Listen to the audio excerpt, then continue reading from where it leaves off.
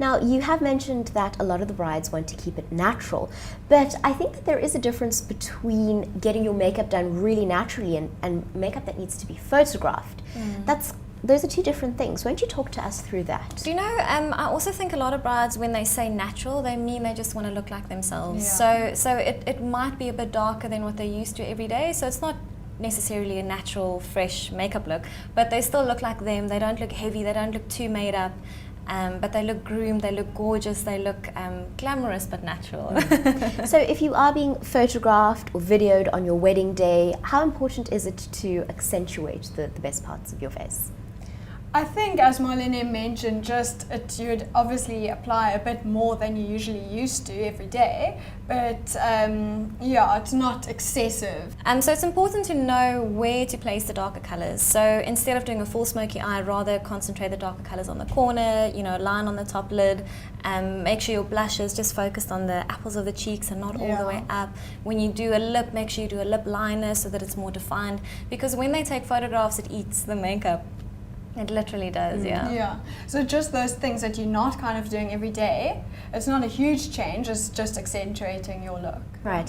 Now, your job is to help brides get ready for their big day through justsayyes.com. Yes. And you obviously need to start looking after your skin or preparing a little bit in advance.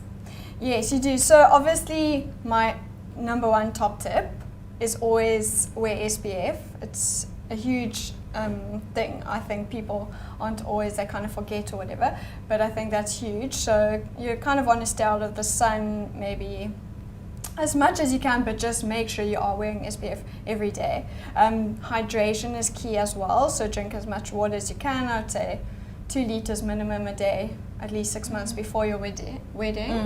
Yeah, and just make sure you have a proper skincare routine going. So you cleansing, toning, exfoliating, masking, all of that.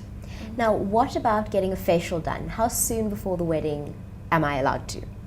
I would say no sooner than a week. I would say a week before your wedding is like safe. If you can do 10 days before, that's even better. Just to get that glow. Now, obviously there are a million different makeup ideas and hair ideas out there. It's a little bit intimidating. Yeah. So, Marley, I'm going to start with you. Where do you even start? Basically what I do, and when a bride comes for her trial, I ask her just to get me pictures of what she likes. It doesn't necessarily have to be the same hair color or the same eye shape or that kind of thing. And it's just kind of going on what taste, what her taste is. And then from that I can go, well, this will suit you, this won't suit you, we can take this and adapt it that way.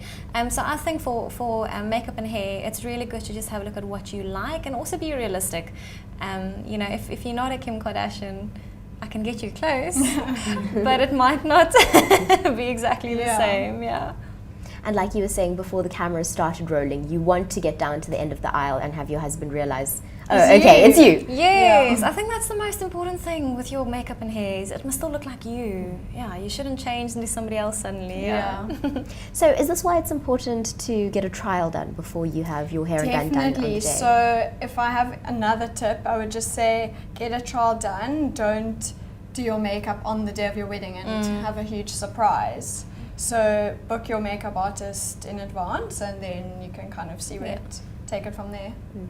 Now, I think everybody's bridal inspiration is one Miss Kate Middleton. Definitely. I mean, we love her.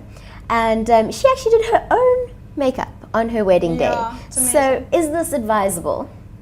I think so. I mean, I don't think it's unrealistic. Obviously, a makeup artist can do things that you can't, but it's not unrealistic. You kind of just, as we said before, put a bit more on. Marlene, what are your tips for a bride who decides, on my wedding day, I want to do my own makeup?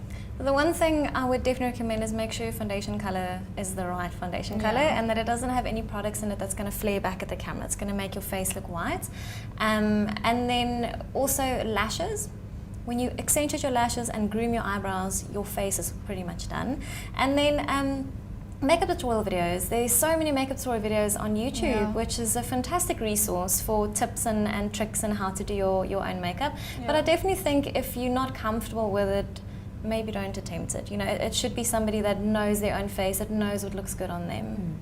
And speaking of makeup tutorial videos, we can find yours online. Where can we look? At Marley Makeup. I'm on YouTube, yeah, Marley Makeup on YouTube.